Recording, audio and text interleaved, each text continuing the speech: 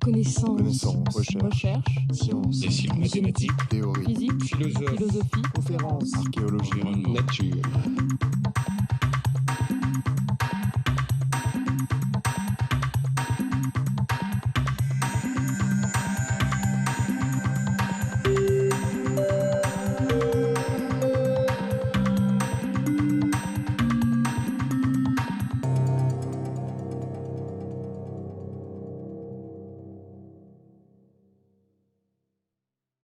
Well, thank you very much, Stan, for inviting me here, and also Christophe Callière for the nice discussions we've had.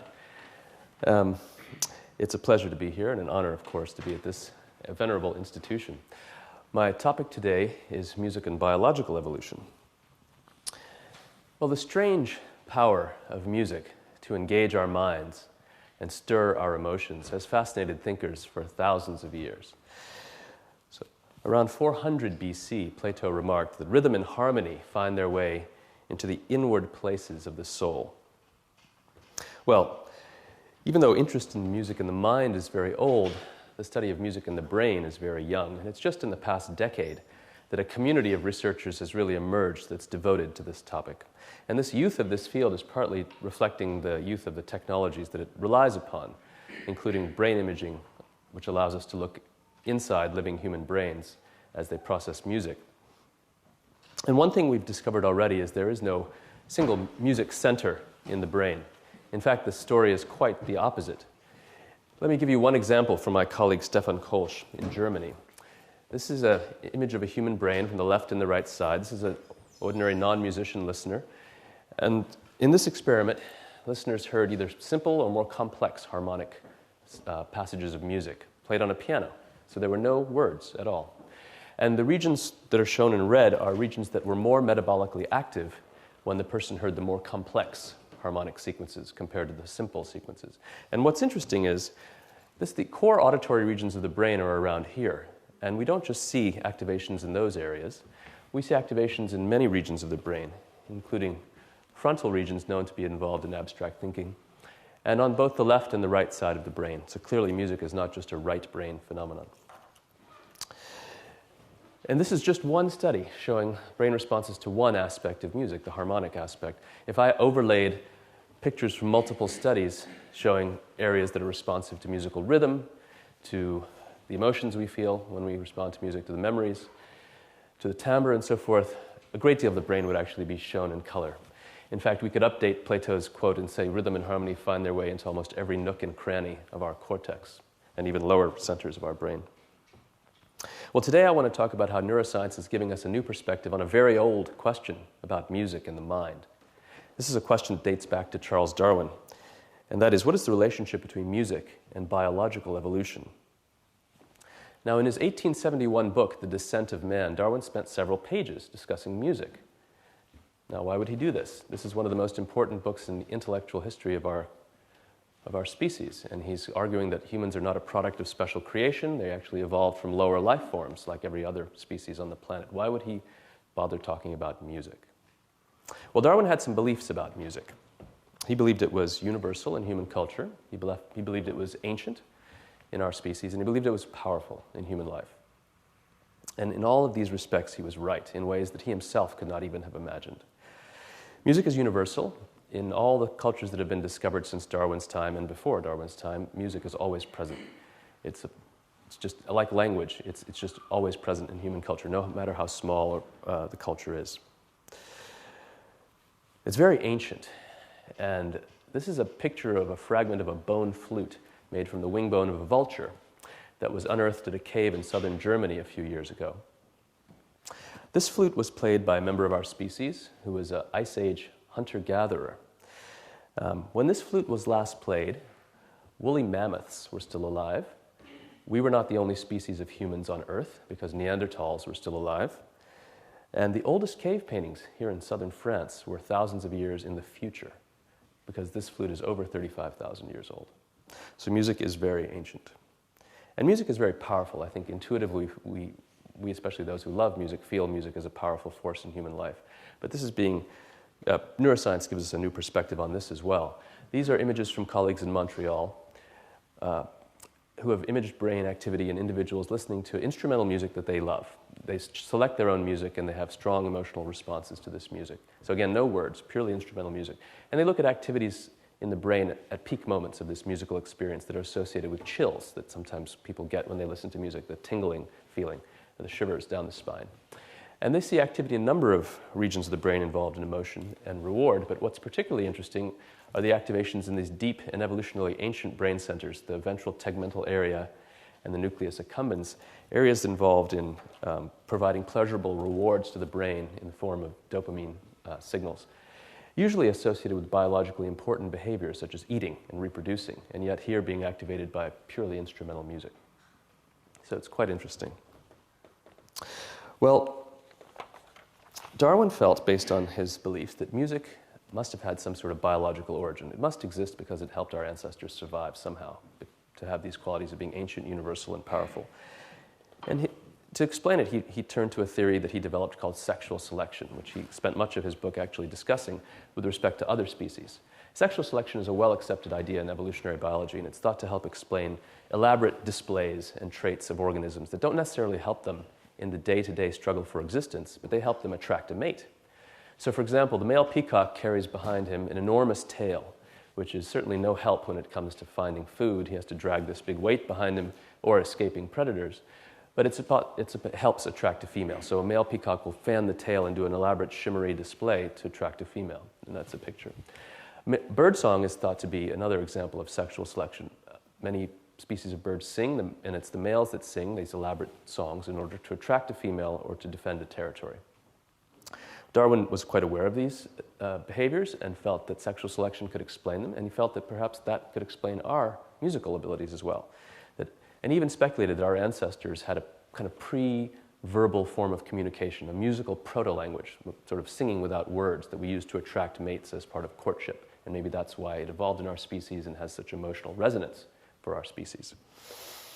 Well, as a theory for the origins of music, this has a few problems.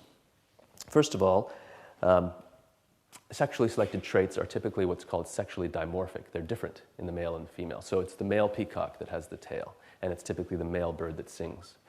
But this is not how music works in our species. We have no evidence that males and females have any significant differences in their musical abilities. Also, these traits typically emerge around the time of reproduction and attraction of mates, whereas music appeals to children from a very young age. And we could go on for a while about the problems of this theory. But the larger significance of this theory is that it set the stage for adaptationist theorizing about music, the idea that music was not just a cultural invention, it was something that arose by biological evolution in our species, the capacity for music. And there are now many theories being discussed today about this. I'll just give one other example of a theory that's currently getting a lot of discussion in the literature. The idea that music has something to do with promoting social cohesion. Now, cross-culturally, music is very often a social activity. I know today many people walk around with iPods listening to music by themselves, but cross-culturally and in many cultures, music is often social. And this is an example of an image taken from Captain Cook's voyages to Tahiti in the 1700s, showing a group of Tahitians dancing and drumming. And the argument is here that music is a social activity that bonds people together, that makes them feel connected emotionally to each other. And that perhaps this was its function, that human groups are characterized by all kinds of forces that drive people apart, conflict over resources, whatever. And but in our ancestors, the theory is that to survive, groups had to cooperate. Members of groups had to cooperate with each other to outcompete other groups. And perhaps music was one way of getting everybody emotionally feeling connected to each other, so they were more cooperative with each other outside of musical context. This is just one of the theories being discussed today. Well, there are now a menu of these theories of adaptationist reasons why we have music, but there are also many skeptics. And an early skeptic was the very famous psychologist William James, who wrote in his foundational book, The Principles of Psychology, that the love of music is a mere incidental byproduct of the nervous system. It has no zoological utility. It just arises because we have complex brains that evolved for other reasons. It's something we can do, but it's nothing that has any biological significance. Continuing in that vein, a modern skeptic has been Steven Pinker, who in his popular book, How the Mind Works, wrote that as far as biological cause and effect are concerned, music is useless. It appears to be a pure pleasure technology. something we do because it pleases us, not because it has any larger significance. And this quote, I suspect that music is auditory cheesecake, an exquisite confection crafted to tickle the sensitive spots of at least 6 of our mental faculties. So he argues that we have adaptive mental faculties like language and motor control and emotional vocalization and so on. And music parasitizes those faculties and brings us pleasure because it activates them in interesting combinations. So there's now this kind of polarization in the literature between these positions, that music is an evolutionary adaptation, which is innate at some level and biologically powerful, and that music is a human invention, that it's really biologically superficial, nothing we should pay that much attention to from a biological standpoint. My question today is, which of these views is favored by brain science, this revolution in the last decade of looking at the brain and music? And my argument is that neither of these views is supported by music and the brain, that I think research supports a different perspective, that music is something I call a transformative technology. That is, it's invented, but it's biologically powerful. Now, I should specify by what I mean by biologically powerful. I mean that regular engagement with music can have lasting effects on non-musical brain functions, such as our linguistic abilities and our attention and so forth, outside of the musical domain. And this can occur in ordinary people, not just in professional musicians. And the key idea here is mechanisms of brain plasticity. That is, long-lasting changes in the brain structure and function driven by musical experience. Okay, so I'm going to base my talk in neuroscience, but how can neuroscience really address these issues about music and evolution? After all, we have wonderful brain imaging machines, but these are not time machines. We cannot go back and see what happened in evolutionary time. But we can infer some things. In biology, especially neuroscience, adaptations that involve complex behavioral traits are often associated with some degree of brain specialization. Oh, I've jumped ahead. So let me give you an outline of the talk. So basically, I'll talk about evidence that music is invented, arguing that certain special aspects of music cognition have hidden connections to non-musical brain functions. And then I'll talk about evidence that music is biologically powerful in the way that I've discussed, and then discuss some possible reasons why music is universal without being a product of biological evolution. So back to the topic about what neuroscience can tell us about evolution through brain specialization. Complex traits that have evolved for functional reasons usually are associated with brain specialization, and birdsong is a great example of this. Now, we know that certain species of birds learn their songs. They learn to sing.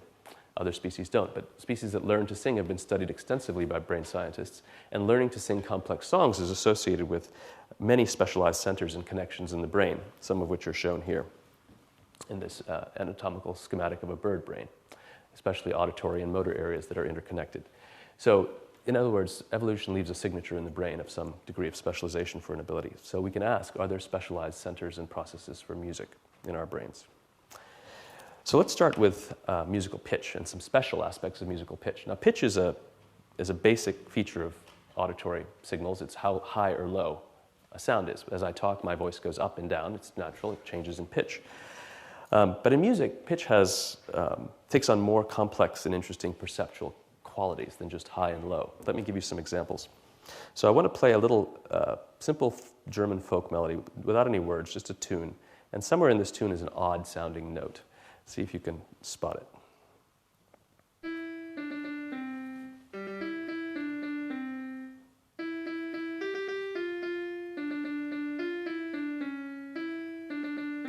So for most people, there's a note in there that sort of sticks out as not quite belonging or sounding odd in some way.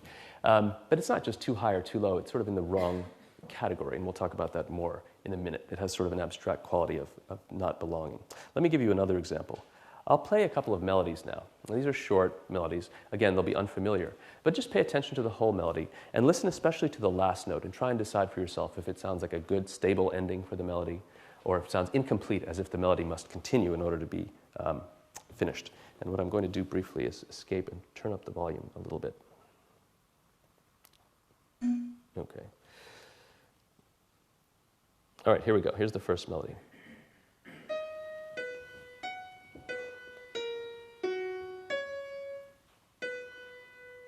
Okay? Complete or incomplete? Now listen to the next melody.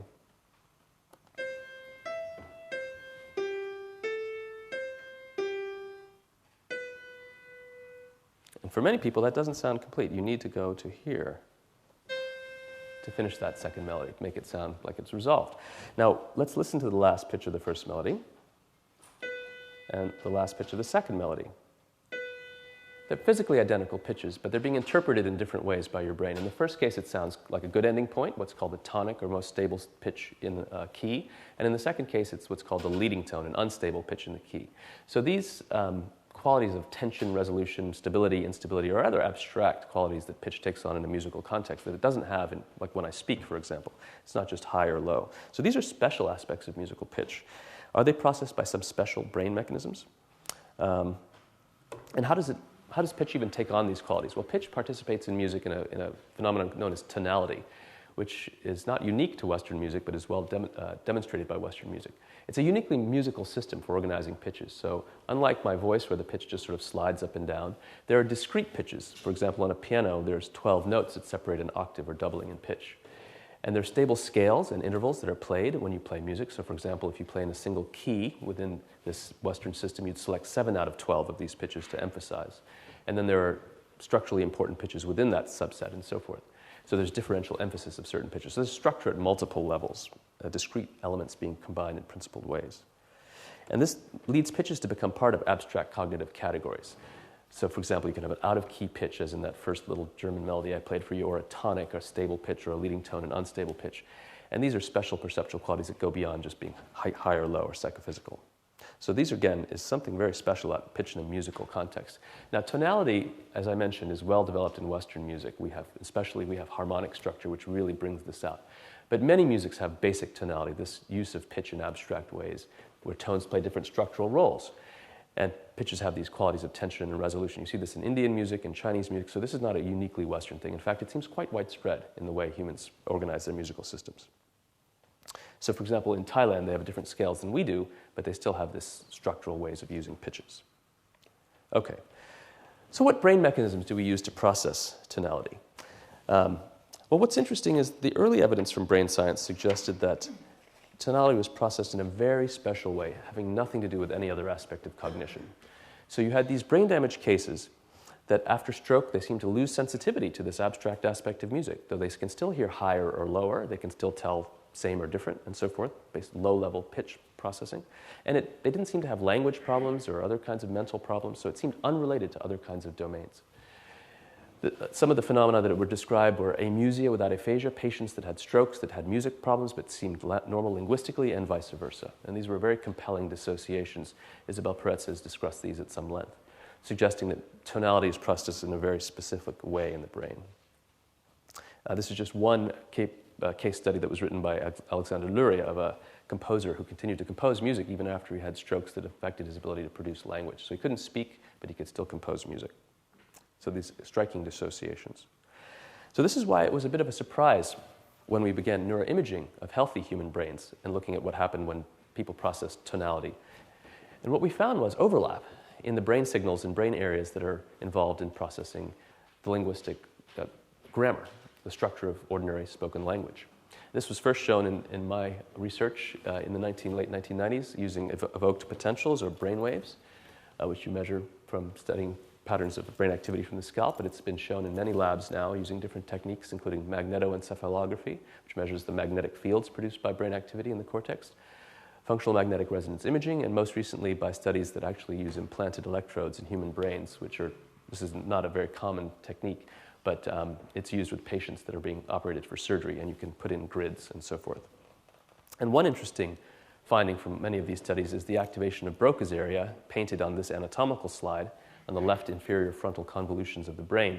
A region known to be important for language processing and grammar processing is activated by processing tonality and purely instrumental music, these abstract qualities of tonal music. So this was quite interesting, and it raised, well, first of all, why? Why would tonality activate these language mechanisms? Well, as we've discussed, it involves discrete elements that are combined in principled ways. You don't just throw pitches together randomly. There's many levels of structure.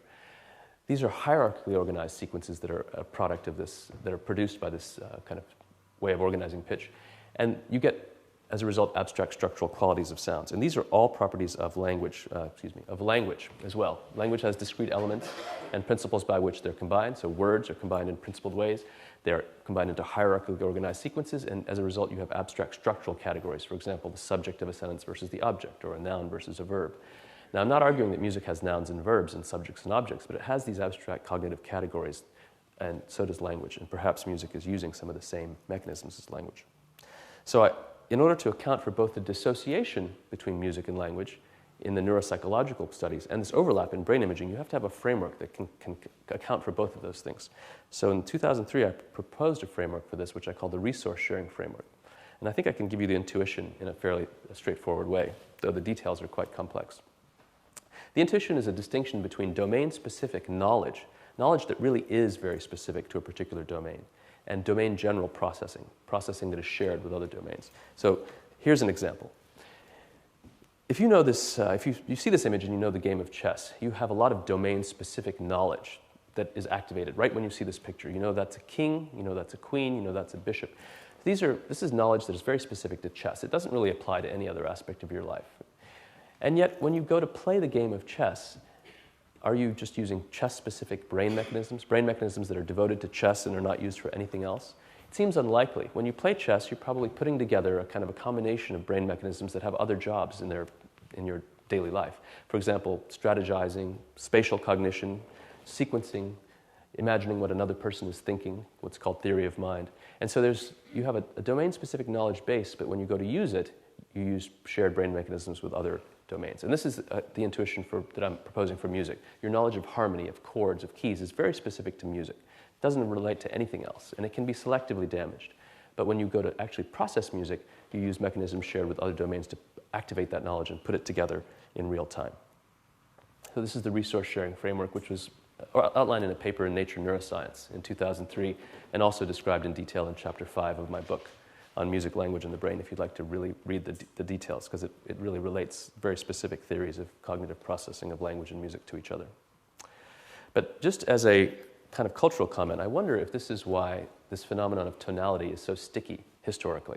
Why do we still listen to tonal music when the composers of the Second Viennese School, including Schoenberg and Webern and so forth, predicted that tonal music would one day vanish like every other fad and cultural and artistic phenomenon? Why Webern said the mailmen will be singing atonal tunes to themselves as they deliver the mail in a short period of time now that we've invented this new system of composing music. Why hasn't that become true? Why do we still listen to tonal music of the kind that was composed hundreds of years ago? Of course, we listen to atonal music too, and much of it is beautiful and compelling, but statistically, many people still choose to listen to tonal music. And could it be that because processing tonal music shares some brain mechanisms with language processing and with the processing of linguistic grammar, which we are very adept at? I think that's one intriguing possibility, even though tonality is completely nonverbal. Now remember, this is a cognitive hypothesis, not an aesthetic judgment. I'm not arguing that there's anything wrong with atonal music. Things can be hard and be very valuable. For example, think of great literature. James Joyce is much harder to read than Michael Crichton, but that doesn't mean that's not an aesthetic judgment, that we would say, oh, Jurassic Park is a better book than Ulysses. It's just a cognitive hypothesis. Some things are harder to process than others. Tonal music may be easy to process for us for a certain reason. Okay, so I've argued that a special aspect of music, this tonality, is actually shared with language in terms of its brain processing. We've taken this to the clinical level now. This resource sharing framework is being used to study language disorders in new ways. So if it's true that language and music share some aspects of grammatical processing, this gives us a new way of looking at certain language disorders of grammatical processing. For example, agrammatic Broca's aphasia, which we published on, and people are beginning to look at specific language impairment. The question is here, you have a patient that has problems processing language, the grammar of language. Do they actually also have some deficits in processing the abstract structure of music? And it looks like they do in the studies that have been published so far. And the goal of this research is really to understand the nature of their underlying processing problems. If they don't just have a language deficit, they must be having a deficit with a more abstract level of processing. Maybe we can use music to understand what that deficit is in order better to treat it. Okay, so we've talked about pitch. Now let's talk about rhythm and aspects of musical rhythm that seem quite special to music and unrelated to other things in cognition. And the aspect of rhythm is very diverse, of course. I mean, rhythmic traditions vary enormously. And you can see that even just the instruments that people play. These Native American frame drums are quite different from the South African West African drums, and there's also rich rhythmic traditions in singing and so forth, like in this Ladysmith Black Mambazo, the South African group. But one thing that's quite common is the use of some kind of a beat, some kind of periodicity that organizes the rhythm. Now, this is not present in every form of music, but it's a very widespread feature of music. All over the world, every culture has some form of music with a regular beat that people often dance or move to. In fact, it's interesting that Nietzsche remarked that we listen to music with our muscles, and I think that's a nice way of capturing this idea that we have this motor, almost involuntary motor response to rhythmic music, this desire to move. Now, moving to a beat seems, at some level, extremely simple. Nodding your head or tapping your foot or bobbing, how complicated could that be? And yet, when we begin to unpack it, as with so many things in cognitive science, you begin to see the complexities. So when people move to a beat, they are anticipating. They're not reacting. It's not like they hear a beat and then move. They're actually, if you ask people to tap to a beat, they're landing right on the beat or even a little before. They clearly have a mental model of the auditory stimulus in their head, which is what they are using to synchronize with.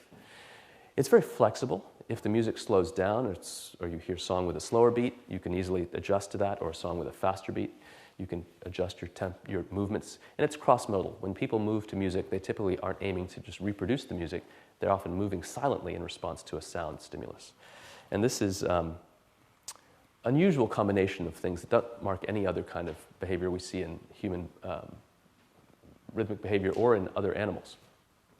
And it calls on the question of whether there could be, again, special brain mechanisms that evolved to subserve this ability, perhaps in service of these kind of group rituals of moving and dancing together for social bonding. This has been proposed. And actually, it's quite interesting that this ability seems very simple, right? And yet it turns out it's very difficult for many other animals to acquire. In fact, most other animals don't show any of this sort of spontaneous rhythmic response to music. And in fact, if you try to train other animals to move to a beat, it turns out to be quite difficult for many of them. So a paper by a colleague in Mexico using rhesus macaques, which are extremely clever animals, in a laboratory study of timing to see if they could learn to tap to a metronome, something that is very easy for humans, even who've had no musical training, and even for children. He had a couple of monkeys, and he tried to teach them to tap to a metronome just in order to study the neural circuits involved. I think he trained them for 6 hours a day, 5 days a week for a year, and they could not learn this task. The best they could do is respond within a few hundred milliseconds after the metronome click. They could not just learn to tap to a metronome the way that's so easy for us. So this is not something that just comes along with the brain, the complex brain. It seems to be something that is special in some way. And it actually has some clinical significance, moving to a beat. Let me illustrate that for you via a short film. Now, it's just been observed that patients that have Parkinson's disease and other motor disorders that give them difficulty initiating and coordinating movement, sometimes they find music with a beat helps them actually to move. It helps them get moving and keep moving. And this movie illustrates this. This is from Connie Tomino at the Beth Abraham Hospital in New York City. And what you'll see as a Parkinson's patient, the movie starts very quietly. She's sort of frozen.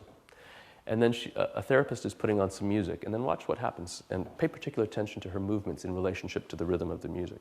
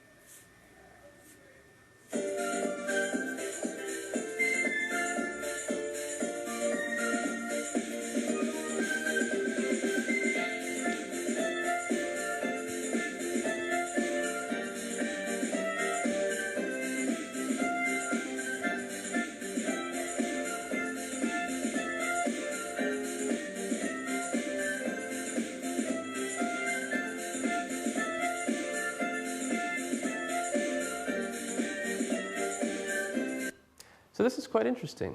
So she has Parkinson's disease, which involves degenerations in some parts of the brain, deep motor structures, the basal ganglia, that are normally involved in sequencing of movement and so forth, and timing.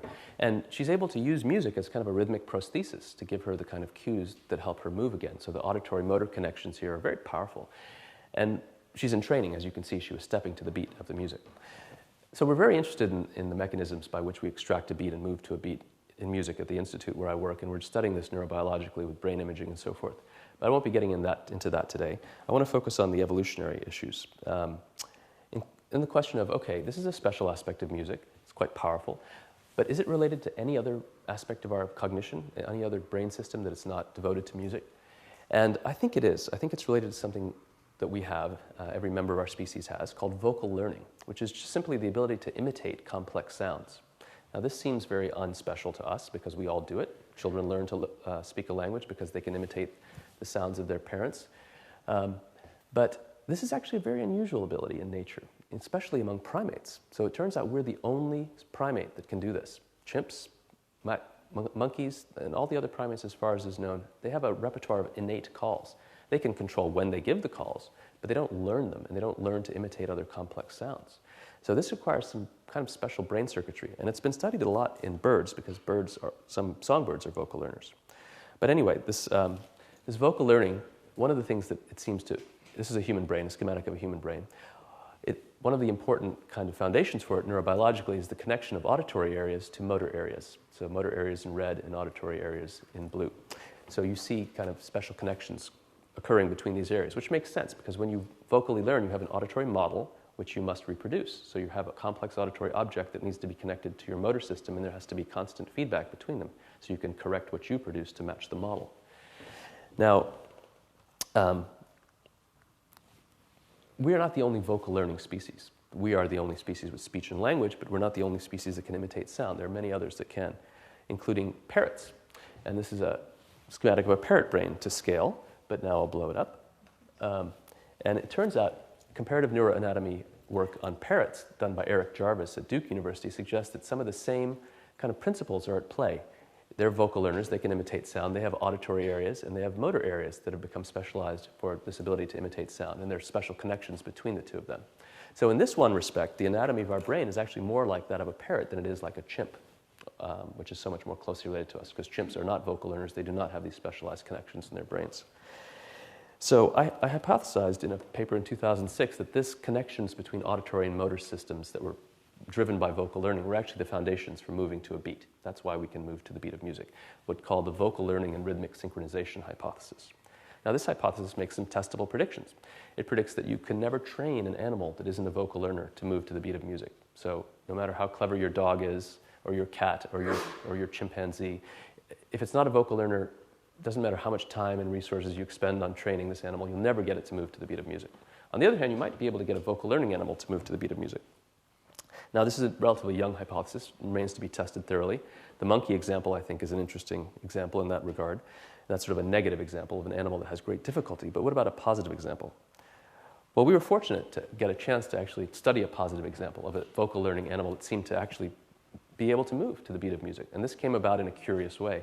This is a sulfur-crested cockatoo that was a pet. He was dropped off at a bird shelter in Indiana, in the USA. These are very long-lived animals. They're very demanding socially. It's said that these birds have a personality of a 4 or 5-year-old, but they live for 90 years.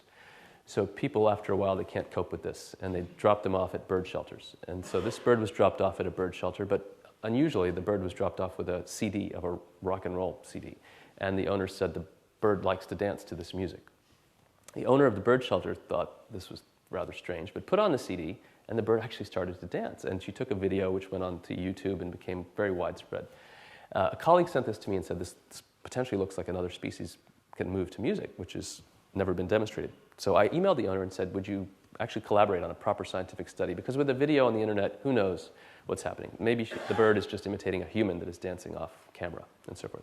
Well, she agreed, fortunately, and we collaborated on a proper scientific study where we took the music that he danced to and we slowed it down and we sped it up to 11 different speeds without changing the pitch. We made sure nobody was dancing off camera, and we videotaped the animal to see what he would do. And lo and behold, he actually adjusted his the movements to stay matched with the beat of the music. The first case of another species spontaneously synchronizing to the beat of music. So I'll show you a couple of videos from our studies now. Now, these are not the YouTube videos. These are from our scientific studies. So there's nobody dancing off camera here. The bird is dancing by himself. And this is published in Current Biology, which has all the methodological details, if you're interested. But I'll show you a couple of examples of these episodes where he was synchronized. So this is slowed down a little bit from the original tempo of the song.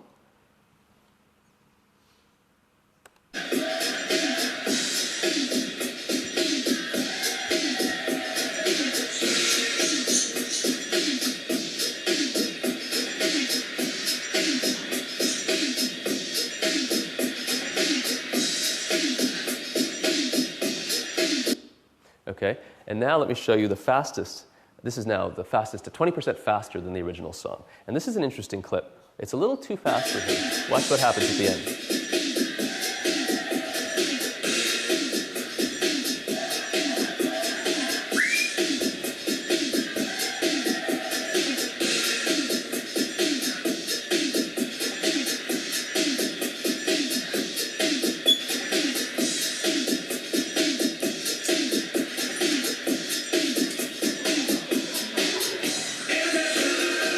So it's interesting.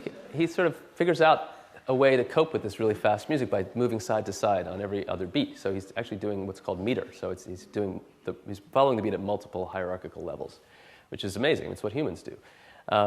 So he's able to do this, and this is not a trained circus animal. This is just a pet who's listened to music, and he's observed humans dancing to music, but so have dogs and cats, and yet he's able to do this, and dogs and cats don't. Of course, with one animal, there's always the question if it's just some freak of nature. Fortunately, in the same issue that we published our paper, Adina Schachner from Harvard published a paper where she took a different approach. She decided to look across, spent the whole summer looking through YouTube videos for dancing animals, and looked at over 1,000. She said it was fun for the first 20 minutes, and then it became work. But she found 14 more species that seemed like they were entrained to the beat of music. Now, these are not controlled experimental studies, but she figured if there were dogs and cats that could dance to the beat, you should see them on YouTube just as well as parrots or other vocal learners. And the bottom line of this study was she found, I think, 14 more species that seemed like they were able to entrain to music. And 13 of the 14 were other species of parrots. There was also an Asian elephant, which turns out to be a vocal learner.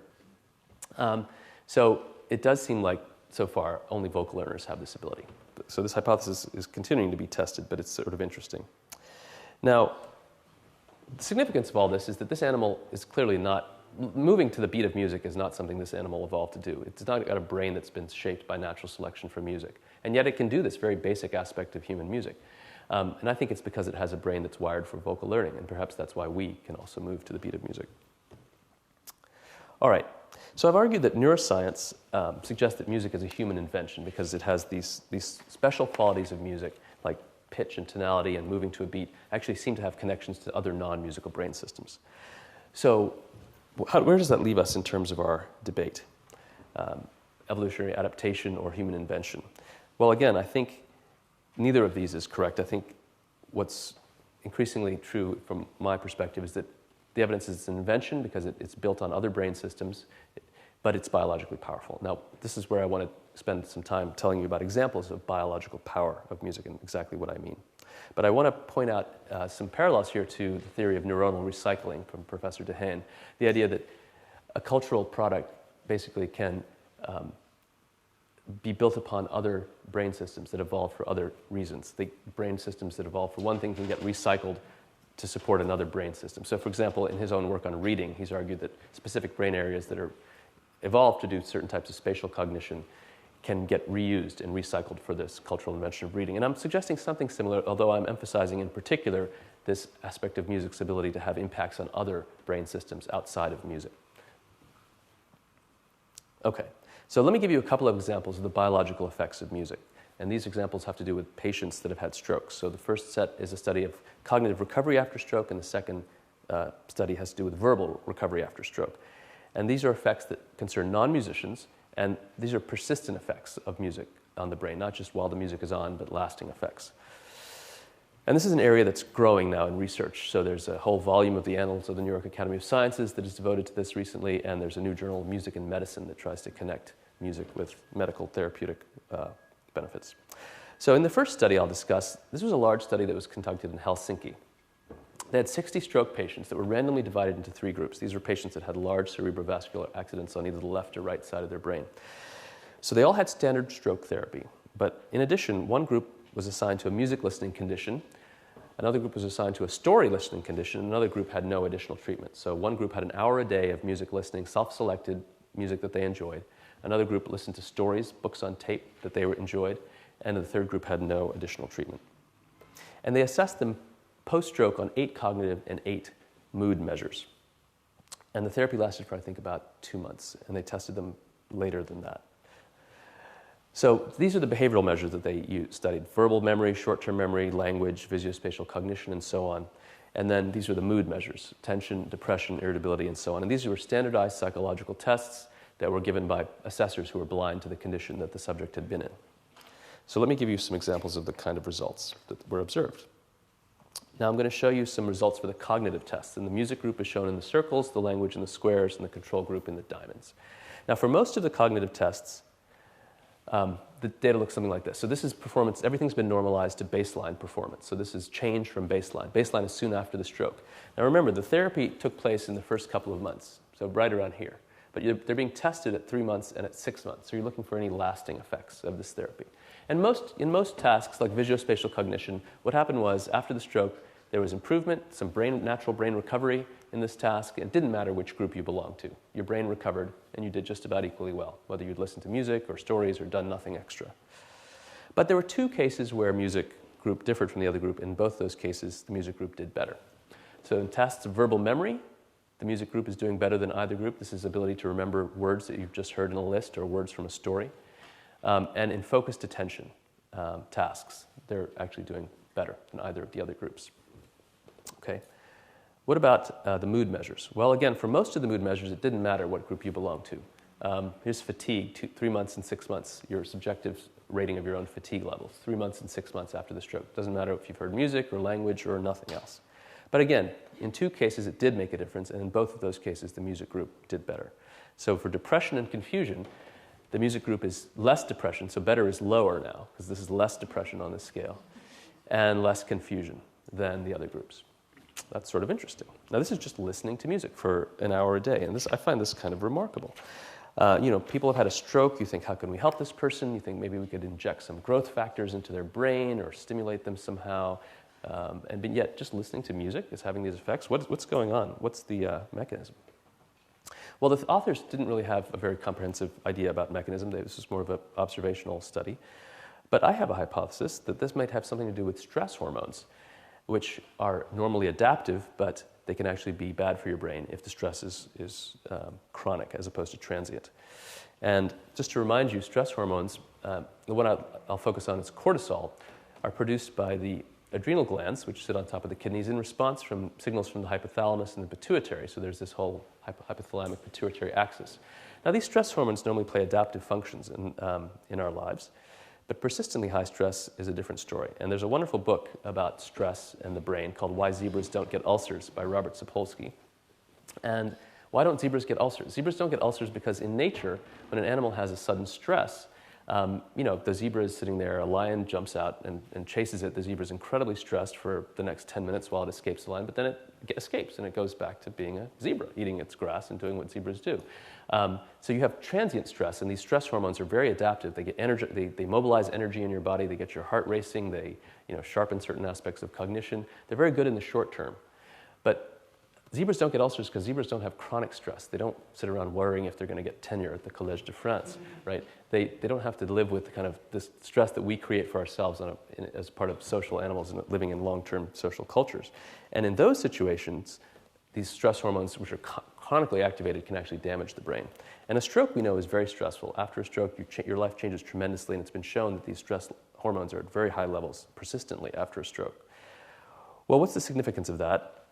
Molecular and cellular studies of these stress hormones show that when they're at chronically high levels, they can actually damage the neurons in certain brain structures. They actually physically alter the shape and function of neurons in certain brain structures, including brain structures known to be important for verbal memory and focused attention, such as the hippocampus and frontal cortex. So the hippocampus is a deep brain structure involved in memory, and you all know the frontal cortex is in the front of the brain. So I think, and also there are empirical studies showing that in adults, listening to soothing music actually reduces cortisol levels after a stressful event.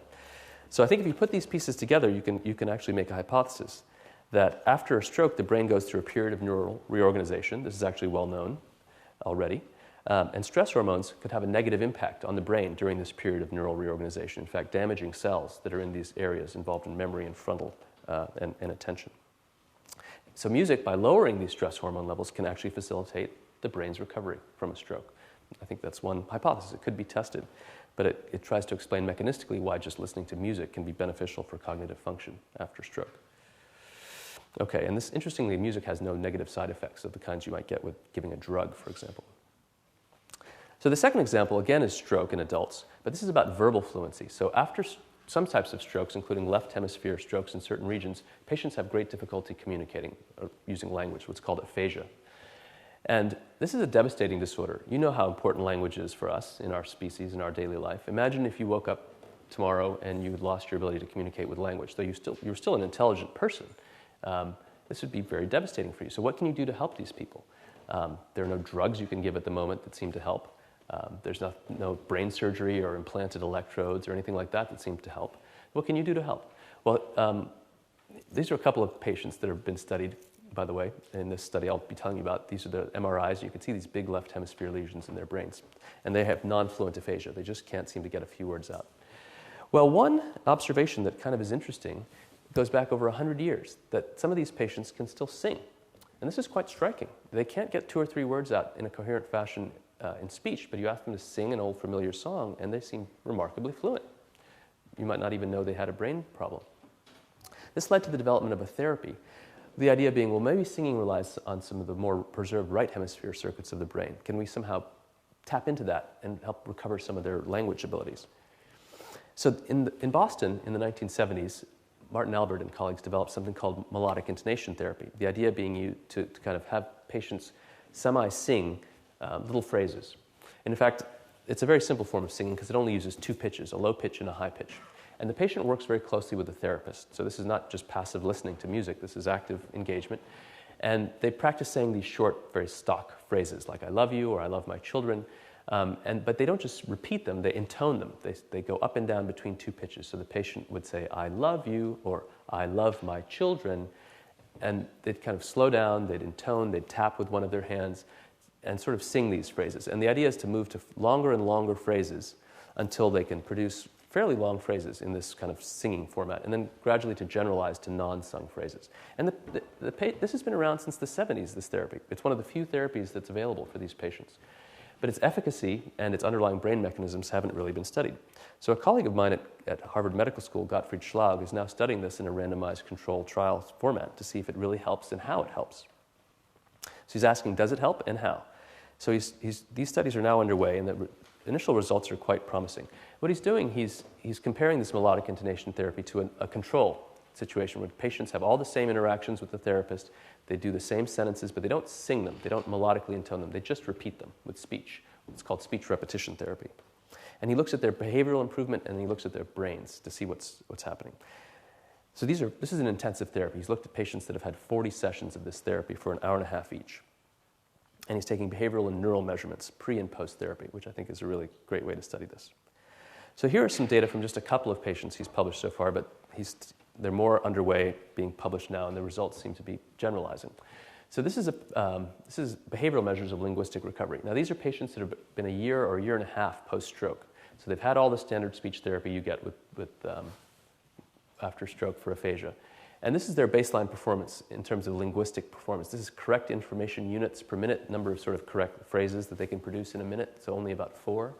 The number of syllables per phrase, so about 2, and their ability to name pictures. So this is baseline for these 2 patients. This one went through melodic intonation therapy, and this one went through this control therapy. And this is after 40 sessions of therapy, and you can see there's genuine improvements here. So an improvement of over 200% in the number of information units, of over 200% in syllables per phrase, and so forth. The control patient also is showing some good recovery. Not as good as the MIT patient, though, and this difference does seem to be holding up in subsequent work. But I think this is quite important because most patients after stroke, at least in the US, they're given a few weeks of therapy, maybe six weeks or a month, and that's it. And the general rule of thumb is after 6 months, you won't see any more recovery. But look at this. This is a year and a half after stroke, and you can still change the brain. And I think that's really great news. But what's going on in the brain? Well, Gottfried Schlag hypothesized that maybe what's happening is these right hemisphere singing regions are being recruited to take over for some of the damaged left hemisphere speech regions. So he imaged them speaking after the therapy, before and after the therapy, to see what the differences were in their brain activation. This is the patient that's been through melodic intonation therapy and through this speech repetition therapy. And these are the regions that are more active after the therapy than before. And what I hope you can see is that this patient is activating a large areas of the right hemisphere when they speak, not when they sing, but when they speak, whereas this patient is not. So it's as if these regions, which probably involved in singing originally, have been retrained and recruited to take over for some damaged language speech functions. And so this is a kind of contralateral compensation for the damaged left hemisphere regions. And even more interestingly, in my opinion, is some results he's recently published on connectivity and how this therapy is actually changing the structural connections in the brain. Now, there are many big fiber tracts in the brain. This is a schematic of some of these tracts. This is the front and the back of the brain, the top and the bottom. This is one of the giant ones called the arcuate fasciculus, shown in this schematically here, which connects posterior and frontal regions of the brain, and it's very important for auditory motor integration. Now, these patients had huge left hemisphere lesions, so this fasciculus was largely damaged in the left hemisphere. But it was intact in the right hemisphere, and so Gottfried imaged this using diffusion tensor imaging before and after the therapy.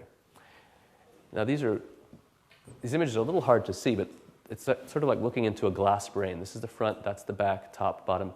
And he's traced here the arcuate fasciculus before and after therapy in one patient. So after these 40 sessions of therapy. And what I hope you can see is it looks like it's actually changed in structure. It's more organized, it's thicker. We're actually not sure what is happening at the level of single cells, whether they're more axons or more myelination, but something is changing in this big brain structure that seems perhaps to be involved in the recovery based on this therapy. So this therapy is actually changing the structure of the brain. Now, I've given you just two examples, both from adults in stroke, but there are many other examples of biological power of music that are emerging, and these are studies measuring how regular engagement with music influences other cognitive abilities outside of music. So there are studies of reading ability, how educating children in music actually facilitates their acquisition of reading, studies on how it helps focused attention, on second language learning, non-musical motor skills, and so on. And these are studies that are increasingly using both behavioral and neural measures, which I think is essential for trying to understand how music and why music is having these effects. This is a rapidly growing area, and I think we'll be seeing a lot more in coming years. But let me end. So I've argued music is an invention, but it's biologically powerful. So now I have to address the last question, which is, if you take this invention view, how can you explain why music is so ancient and universal and powerful? I mean, when we think of inventions, we normally think of fairly culture-bound things. Chess, we talked about the analogy of chess. Chess is not universal and ancient. We're not finding ancient chess sets in these caves in southern Germany. Chess is very culture-specific, and many other inventions are too. But not all inventions are culture-specific. Some have become universal in human culture and are just part of our life, everywhere. And one of those is the ability to control fire. Now, this goes back hundreds of thousands of years in our species' history.